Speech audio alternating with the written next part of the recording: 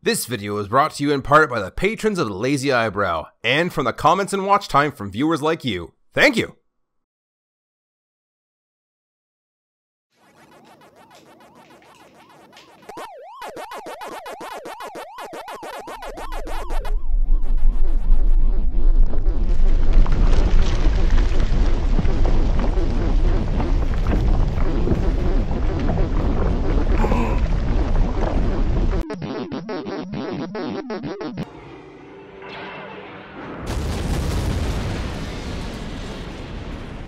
Hey, I was eating that. Why, hello YouTube! Greetings from the Lazy Eyebrow. It's a review that was a ton of work in the making, but I'm super excited to show to you. This is the review for 01Studio's debut product, Cell. And man, for 01Studio's first product to market, this is such a beautifully sculpted piece of merchandise. Sort of hard to believe that there was a troubled history in its production from what I heard. Like, who wouldn't love this big old replica of a nondescript body cell? Just look at all this detail on the phospholipid bilayer. It's got all this sculpted greeble work that just looks fantastic.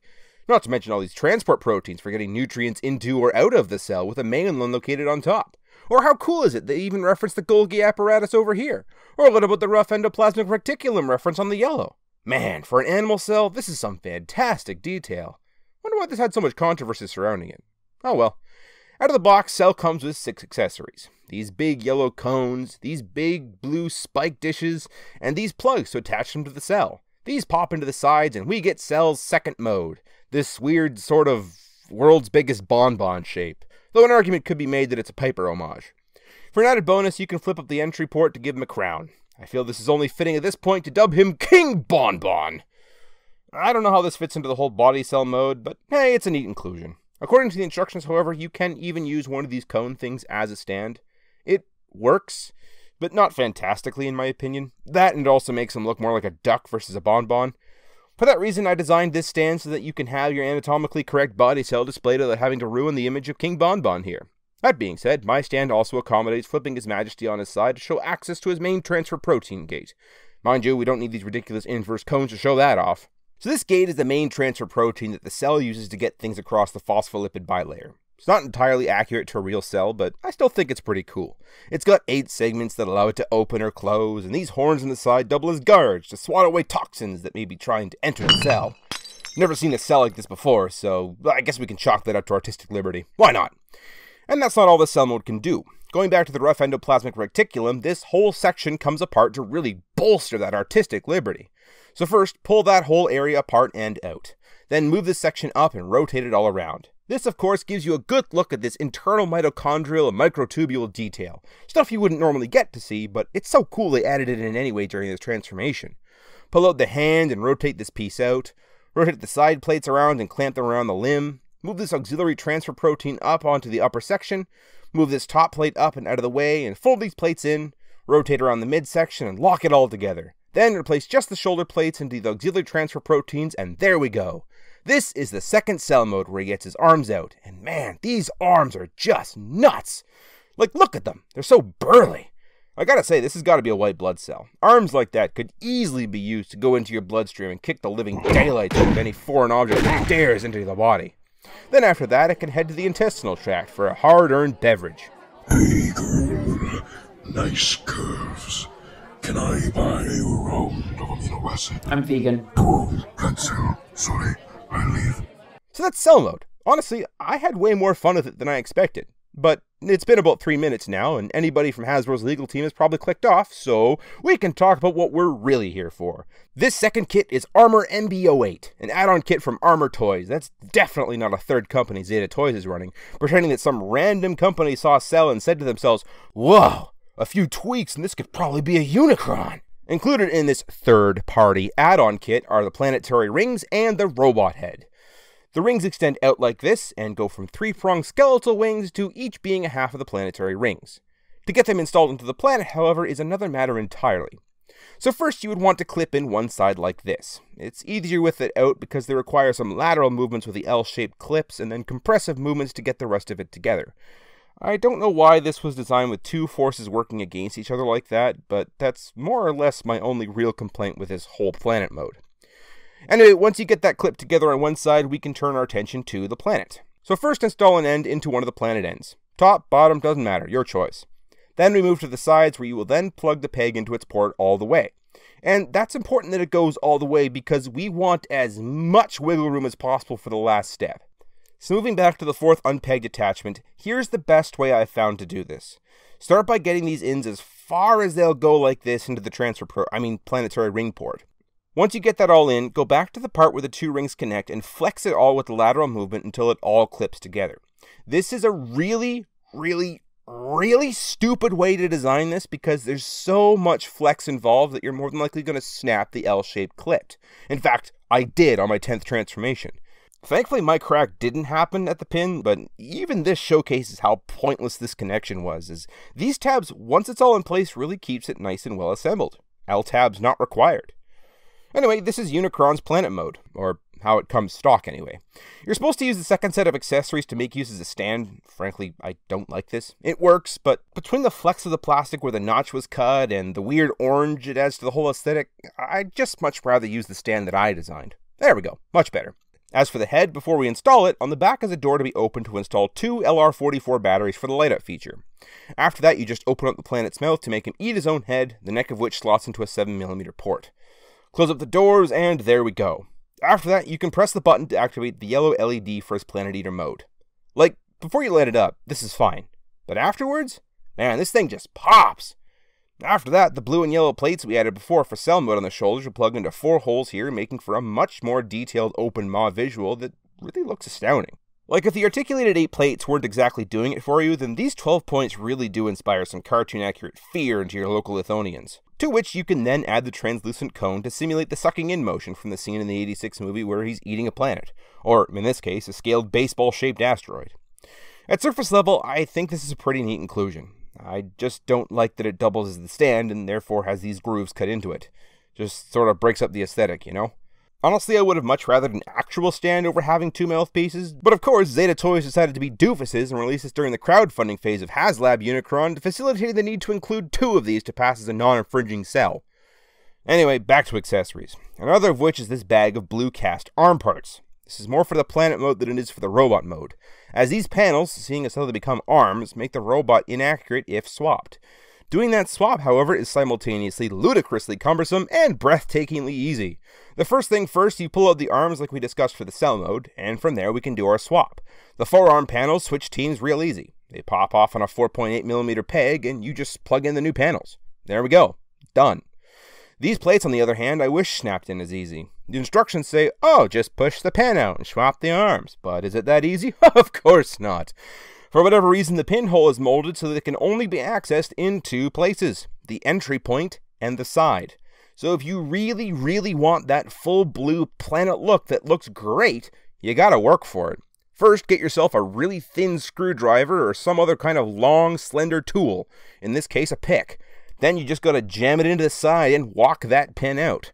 Once you get it out far enough, and only after you've scratched the heck out of the rust protective surface, will you then be able to grab it with a set of tweezers or pliers and pull it out to perform the swap, and then you just pop the pin back in.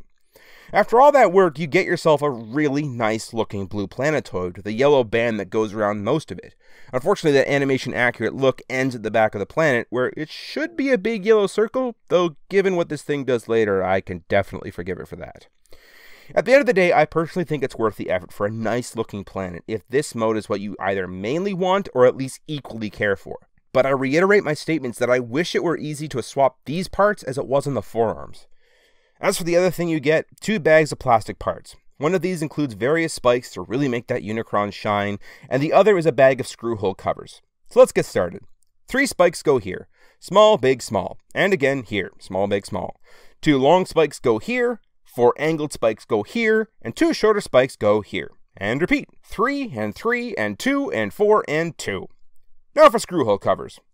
Planet mode really only sees 4 used, and they're the yellow ones with ridged detail. They go into the mandibles, the one with 3 levels of height near the base, and the zigzag ridge further out. Given the mandibles are the same just flipped, repeat on the underside for the other one. And there you have it. As close as you can get to an animation-accurate Unicron while still maintaining a level of transformation engineering that uses all of its parts. And oh, believe me, we will get to that. Stay tuned. The Transformers will return after these messages.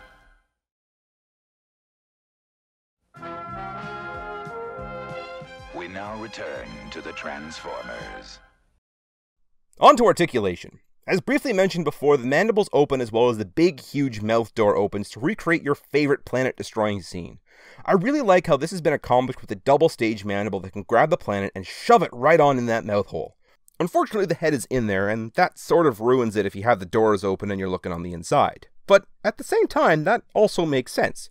These mandibles are supposed to be his head horns, and really, his bot mouth here makes perfect sense to taste the incoming planet chunks he's going to be consuming.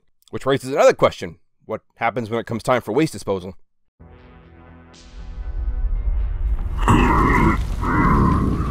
This is the last time I eat from the Taco Bell system. In-universe canon logic aside, though, you could also think of it as a nod to the G1 prototype, so that's kinda neat.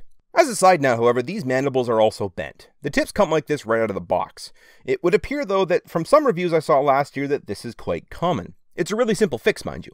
All you gotta do is grab a hairdryer and blast it for a few seconds. On mine, it actually straightened itself out without me having to influence anything. Though, if you do need to, the plastic does become quite pliable for you to shape yourself.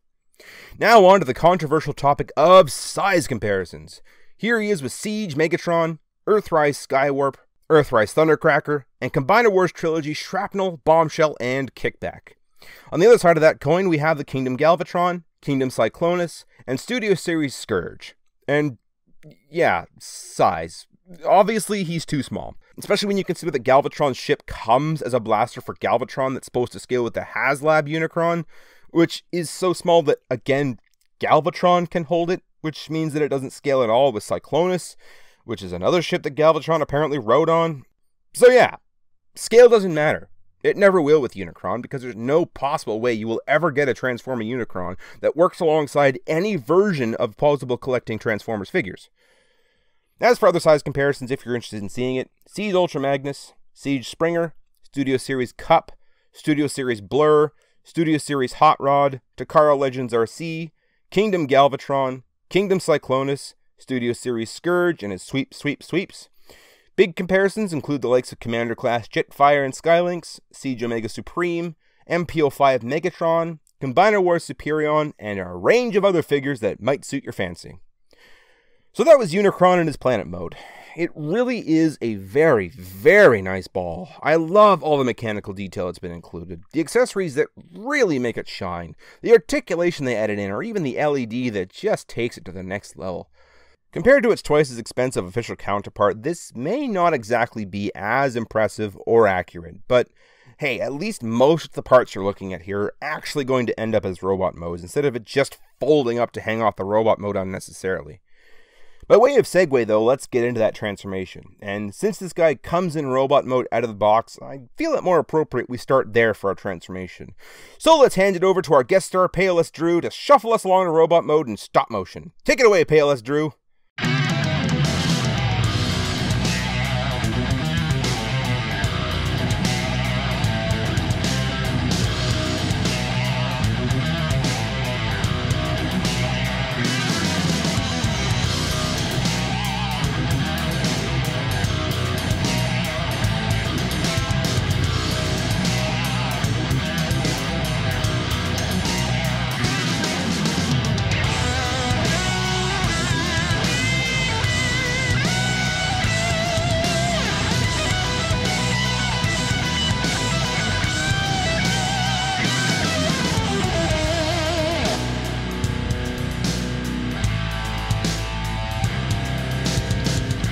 Righto then, now that we're in robot mode, let's get to transforming. I'm also going to remove one of the wing skeleton things just to show how this process would work with and without parts forming. First, start by moving the horns to the side of the head. Next, pull out the shoulders on their double hinge. Open up the chest paneling on their tree armatures, but also take a moment to appreciate the internal detailing that is entirely unnecessary. It's never seen in either mode, but is absolutely a part of its transformation. That is gorgeous! Anyway, move part of his popped collar up and to the side to allow for some planet parts to come out of his chest. Swing around the mandibles that are hidden in here as well so they're visible on the top side. In the chest cavity now, raise the top half of the chest up by 2 clicks. Next, remove the head to allow the room for the planet mouth panels to swing around and point up. Then you can close up the King Bonbon's crown and move these mandible panels up and around to slot into the sides of the maw. Feel free to replace the head at this point. Again, take a second to gaze maze at the mechanical and painted detail of this internal planet guts of the figure, which I'm amazed they took this much time to pick out all this circuitry and the nuclear reactor, or the mitochondria if you will. On the hips, pull down the plating and crotch plate, then swing the panels up. Pull out the underside flaps, and then pull out the second stage of hidden panels located in this whole cluster. Rotate the side skirt 90 degrees and hold it all into the section where the front plates were. Rotate the top half of the torso 90 degrees as well. On the lower abs, pull and rotate these side sections forward. That again reveals more internal detailing, which I'm gonna say is probably ore processing, where Spike, Bee, Jazz, and Cliff nearly bit the dust. At this point, you can rotate the entirety of the leg up. Rotate the thighs so that this piston detailing is facing inwards. On the feet, rotate the toe sections in on themselves and fold the toe upwards. Rotate the sides of the foot around, and this is something I thought was exceptionally clever. Open up the heel, pull out the bottom triangle, rotate it all around, then peg it into the sides of the heel to make more of the planet plating. I don't know if words can describe how pleased I was when I first encountered this. It's so simple, but incredibly effective. Anyway, fold that up to rest flush between the sides of the heel. On the sides of the knee, detach these panels, move them to the side, and rotate around their side panels. Open up the knees and move them around to plug into where the side panels used to be. Rotate the thigh 180 degrees in the knee joint. Move away the plating that forms the calves to unlock the slide mechanism and slide the thigh into the lower leg. While sliding, you'll need to bend the thigh at the midpoint where the piston detailing is, and that'll get it to fit in amongst all the other pieces that are all just hanging out down here. To lock it all into place, there are tabs in the chest. They'll rest in these ports located at the bottom of the foot, and once they're all together, it really makes for a solid object. On the calf plating, pull out and rotate around a part that was resting underneath it, then move it towards the planetoid that's taking shape. Near the planet mouth, lock the toes into the dovetail groove and shore up the sides of the foot. Above that, rotate this tiny panel around and click it into place while getting the calf panels into place as well. Then we work our way down, plugging in panel pieces. First, the chest paneling goes into these ports, followed by the sides of the knees that plug into the chest and the calf panels. Between the hip joints, open up these tabs, then get the rest of the calf paneling in place and lock it all together. At this point, we focus on the arms. Open up the forearm paneling. Open and rotate around the whole paneled section. Flip this wrist filler in, close up the fist, then rotate it all inside to then close up the panel, while rotating the outer blue or yellow, depending on preference, 180 degrees. Make sure to also pull the planet spikes out. Rotate the forearm 90 degrees so that the planet detailing faces outwards. Next, open the shoulder paneling, pull this section out, and rotate it around. Pull the top of the shoulder apart and line it all up flush as a solid chunk of planet. Rotate out these clips from the front of the shoulder to lock the plates together. And I gotta point out how much better it looks in the blue plates as the clips are cast in the same color. On the default yellow ones, they're a contrasting gray, which doesn't look nearly as pleasant. When the whole chunk is complete, shove it all into place until it all lines up, taking care to clear the abdominal sections down here, and getting this peg to sit in the groove located behind the crotch plating. Then, it's just a matter of rotating the hip plates up and tabbing it all together as a solid ball. Pull up any remaining spikes, move the port for the rings over to cover the last of the gappage, and install the rings whichever way work for you. I don't recommend doing it as shown here, but it's an option if you like pain. And that's it. Most people I've seen tend to complain about the transformation is just way too complicated for them, or in comparison shots for HasLab that they just can't be bothered to get him into his ball mode, but I for one love this conversion. It actually feels like a transformation versus crumpling up a child-sized plastic biped and covering it in plastic chunks, but hey, at least you still see the arms in both modes. No, this is a transformation. Just about everything you see in this mode is visible in robot mode. Like there's the chest, and it's sitting next to the legs, which is touching the top of the head, which is connecting arms that expanded to 3 times their surface area. It's just such a mind-blowingly genius piece of engineering, and there's been some days where I'll just pick it up and move it to the other mode because I marvel over how neither mode looks like it could conceivably become the other, and it doesn't resort to a big stupid shell that hangs off the robot. Nothing is wasted, and it makes for such an elegant and efficient design. I can't get enough of this. The Transformers will return after these messages.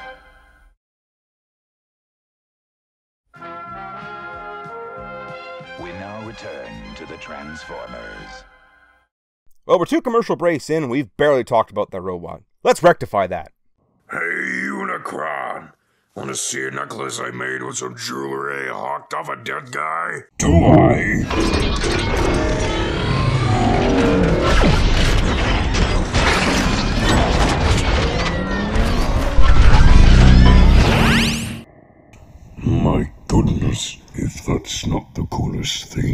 I've ever seen. So here we are in robot mode, and just, what an impressive figure. Keep in mind, this is also robot mode with the blue panels. And, well, no, this isn't on-screen accurate. I really don't mind. The blue tends to work in Unicron's favor to help break up the massive amount of yellow that sort of exploded from the interior of the planet. And in general, it makes sense that this much blue would be present in a robot that just came from a big blue ball with yellow highlights. But no matter which color you prefer, neither changes the fact that this figure is such a beautifully crafted feat of engineering. I know I keep saying that, but it just can't be said enough. No matter how you pose this thing, he just owns every single stance. It's ridiculous. Not just from the front either, like check out the back. This symmetry of the planet itself lends to a symmetrical looking back, which is also screen accurate, the calves of which are looking mighty fine. For those asking if it matters which way he's facing if it's symmetrical, the answer is yeah. Well, yes, you could turn the arms and legs around, the hands would be backward, and the port to plug in the maw would be on the wrong side, which is why it all needs to be facing the right direction in the first place. That popped color, mind you, was such a brilliant use of the planet mode, as an aesthetic the animation included was this popped collar, and to build it into the design of the planet instead of some random piece that's part of the molding while this mouth thing just hangs out as a backpack, that's impressive. One annoying thing, however, is the choice between the yellow and the blue panels really feels less and less like an option they want you to have, and more like a decision you need to make at the beginning and stick with, as the more you deal with it, the more it kind of makes it apparent. These annoying pins in the shoulder aside, they also only give you one set of spikes, and if you want to swap out the color panels for stop motion's sake whenever you transform him, you'll also need to pop off the spikes from the color you're using and apply them to the panels you're going to. Considering the rings have already snapped on me and these spike clips are atrociously thin, I'm not exactly optimistic these will hold out if you're going to be constantly swapping the panels. As for the other accessories, the maw extension and the cones are ever present. These were used to dodge a second cease and desist by plugging into the shoulders instead of Unicron's wing skeleton. Complete this legal loophole by removing the head. Mind you, this looks really weird like this, so let's give him a face. Meet Mitochondria, the crime-fighting powerhouse of the microscopic world. Anyway, back to Unicron. Other accessories besides the ability to make mitochondria is the rest of the gap fillers. The 8 blue ones make their way into the other side of the legs and get jammed into here. Now, I don't know how I feel about having done this in the sense that these are in here permanently now. If for whatever reason I need to tear this apart in the future, I can't. Something to keep in mind if that matters to you. Other gap fillers include the size of the thighs they ratchet inwards for planet mode, moving up the hip skirt to see a big hip screw hole that gets covered on both hips, and finally these final 6 are for the biceps. 3 to a side. The circle with squared off edges here, the plain circle here, and the groove circled here with the angle to match the sharp angle on the other side. As for another feature, this can be found on the back of the head, where for planet mode the yellow button on top of the head made the planet meld literally shine. A black button on his back makes his eye light up a solid green, and really just makes the head that much better. What I really like about this being 2 separate buttons is that you're not forced to have this lit up chrome dome in a robot mode, and while it's not exactly the best color matching when it's off, it's definitely nice to have just the eyes all lit up by themselves. They're not so bright that they'll kill your eyes, they're just bright enough to draw your attention to them. Mind you, you look at them in the dark and they really catch your attention. Other details include this magnificent chest healing with a panel line that wasn't just left to be a conspicuous straight line, but given some definition to make it look like it's part of the mechanical sculpt of the character. The abs are translucent, but unfortunately there's nothing really there to let them be light piped unless you open the other side and shine a flashlight or something. For what they become, the hip panels are really something else, and if you had no foreknowledge, you'd be hard-pressed to figure out there's more paneling concealed in there just for how well it compresses itself. The knees look great. I quite love the translucent red inset pop against the blue bezel that surrounds it, however it's kind of dragged down by these side plates. These aren't accurate to the on-screen appearance at all, and beyond that, they like to pop out of their socket quite frequently. The only reason these are here is because it seems that this is the only part of the planet mode they couldn't seem to develop a solution for in terms of robot mode storage, and honestly, if this is the worst of it, that's astounding, especially when you consider the alternative. As for the rest of the legs, I just can't get over how well they've been designed. Like, the only critique I can give is the feet should be entirely gray. Not 30% gray and 70% blue, but again, we're pulling these parts from planet chunks. These look fantastic, and they're the right shape, and they do a fantastic job of holding up the figure, and the calves themselves, they just look on point. Properly curvy in all the right ways, beefy without looking over-bloated, and I really feel like I need to stress that they do all of that while turning into this. Like, what engineering legend came up with this design? He, of all people, deserves that award we saw plastered on the box of Masterpiece Megatron. Words escape me at how brilliant all of this engineering turned out, and I don't see how this could be topped if a future Unicron ever comes to fruition. As for articulation, the head features a jaw that opens up real wide. In addition to that, the horns have a rotation and a pin for transformation storage, but it can be used here to turn the horns back into posable mandibles. These are fantastic little helpers for shoveling as much food as this Galactus knockoff could muster. The head is on a ball joint, so of course you can do all the tilty action. However, if you raise the head up on that pin that slots into the body, you can get even more range. Not just in head tilts, mind you, but also for the jaw as well, which gives us a fantastic shot of them teeth. Just look at how uniformly gray they all are. It's nice to see that for $500 US you can get 2 sets of uniformly colored teeth. The head also rotates. On the arms, the shoulders rotate on a 36-point ratchet gear. The shoulder joint themselves slide up and down both for transformation and variability on how he carries himself. A double ratchet is included to allow the arm to go all the way out. Full bicep swivel. A double jointed elbow to get that full arm flex. The skeletal wing attachments can rotate and click themselves up at an angle so that you can always have them pointed in the direction you want while posing the arms anywhere. And Cell also features about the most intricate hand design I've ever seen. The fingers are individually segmented on pins while also having a ball jointed base to be able to slightly splay them open. The thumb, on the other hand, is a ball joint at the base with 2 segmented pins after that, making for about the most expressive hand movements I've ever seen translated in plastic. You also get full wrist rotation, and an argument could be made that you can use transformation movement to get a little bit of fish shake. Get off my nebula, you disgraceful little whelps! Cell also features a full waist rotation, however his upper torso also has its own separate rotation as well, albeit a little harder to use as panels tend to collide with each other. This makes for much more natural looking trunk rotations. And that's not even all, as Cell also gets an ab crunch, meaning he can double over in pain as he went back on his word and doubled down on that Taco Bell system. All the hip plates move up to allow for full splits rotation, both sideways and forward and backward. Like, man, Unicron's a regular gymnast when he's not snacking on your local solar system. You also get thigh rotation, both upper and lower, a knee that bends at 90, and leg proportions that almost let you do the superhero landing, but you can get there with some finagling. The feet allow you the option to use the toe all the way extended, or the tip retracted if you really wish, and all the segments of the leg can move individually to accommodate any terrain, which is finally followed up last of all by a double ratcheted ankle tilt that showcases a wide range of movement that also supports the figure.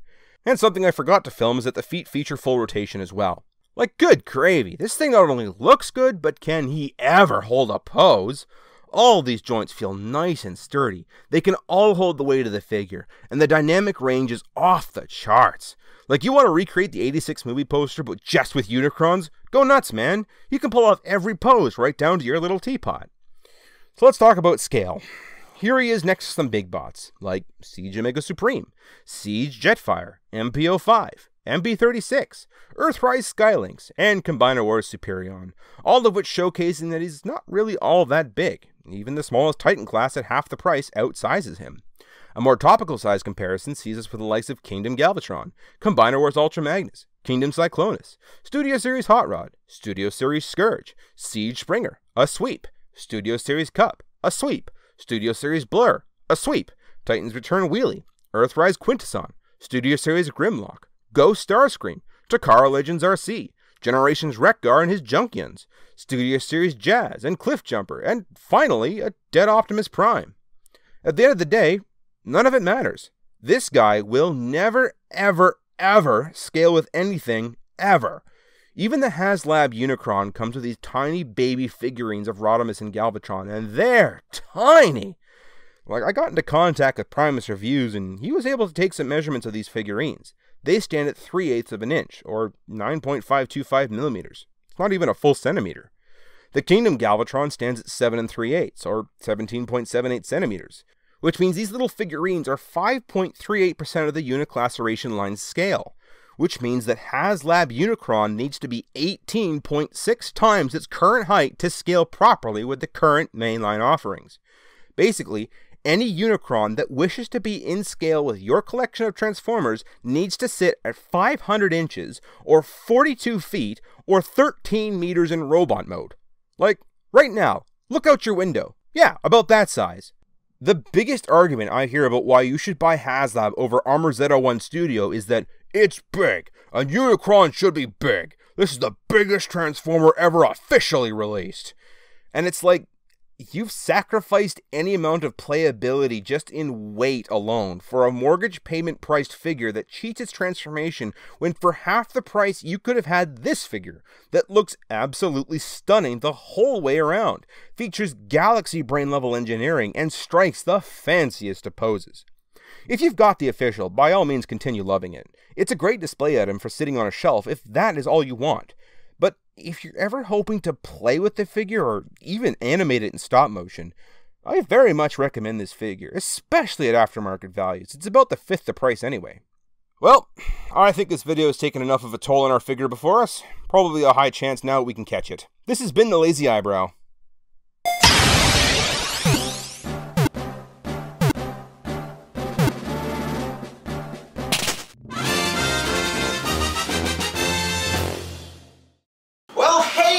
Made it to the end! Congratulations! This was such a long review, and not for the sake of it just being a long review. Well, I mean, it was. It's been half an hour, but for the sake of this was 2,100 frames I took. This is the longest amount of video footage I had to whittle down into a review, and yet it's not the longest video. That would still go to, I think, Metasaur, I believe, is the longest one. But where are we going from here? Well, we're going to look at one of these Generation Selects 2-packs. One of them that was given to me, and I've got a few of those, and I'm not going to tell you which. It's going to be a bit of a surprise. Thanks again to the Discord crew. Thanks again to all the people that helped. Their links can be found in the description. There was a ton of help on this one. Thanks to Bottle Cap, and can't remember his name off the top of my head, but he's in the description, who sent me the pictures for the Unicron minifigures. That helped a lot, and I am just so ready to move on. I liked this Unicron, but it took the life out of me. I'm so glad this was a positive review, because if I had gone this long on a negative review, that would have sucked. Wow. So yeah, thank you all for watching. Thanks again to the Patreon crew. You guys have been absolutely amazing. Yeah, this also, as a side note, might be the end of the gray screen. After this, it's going down. It's probably going to be black behind me from now on, as reasons. You can ask that in the comments if you want, but fun stuff all around. So yeah, thanks for all for watching. Sorry for this long outro, kind of rambling on this one, but yeah, see you all in the next video. This has been the Lazy Eyebrow.